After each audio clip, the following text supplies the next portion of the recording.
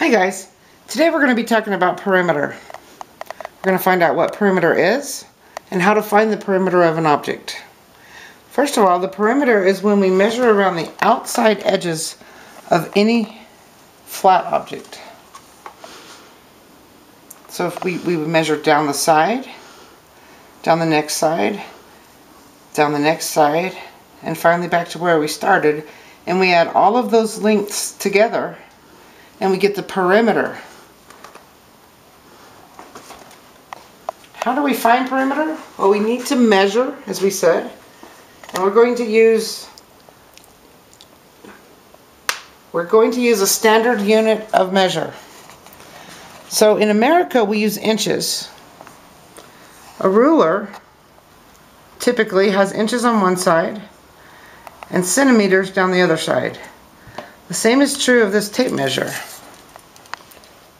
As you can see, it's got inches on one side, centimeters on the other side. If I put these next to each other, they are the same. If I put the centimeters next to one another, you can see that one better. The numbers line up with one another. They are the same distance apart. That's called a standard unit of measure. Again, in America, we typically use inches. So today we're going to measure in inches. And what we're going to do is let's measure the perimeter of this Jiffy box. So to do that, our first step, let's use the tape measure. We said we're going to use inches, so which side, we need to decide which side we're measuring with. The top side is the inches, so that's the side I'll look at, because I've chosen to measure this box's perimeter in inches. So my first step is to measure one length. This represents 0. Always line your 0 up with one side and measure to the other side. As you can see, it ends on 3. So we know the length from here to here is 3. So the next step would be to record that. In order to record it, we want to make a representation of what we're measuring. So now this box is represented by this rectangle. And we measured the bottom half down here, so we're going to say that's 3 inches. Put 2 marks there. That's one way to designate inches. So I know this is a rectangle.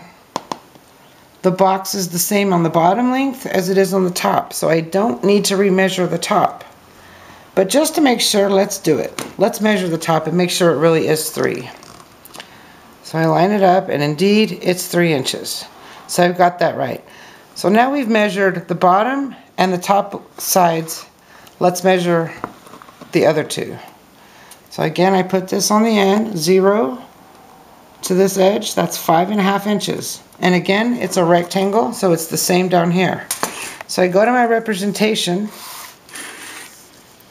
and I've got 5.5 here and 5.5 here. Is it necessary to write it on every single one? Not always, but for today, we'll write them this way. So the next step is to remember, perimeter is when we start at one point, measure down the side, each side all the way back to where we started. So we need to add up all 4 of these lengths. So we've got 3 inches plus 3 inches plus 5.5 plus 5.5. We can chunk that any way we want to.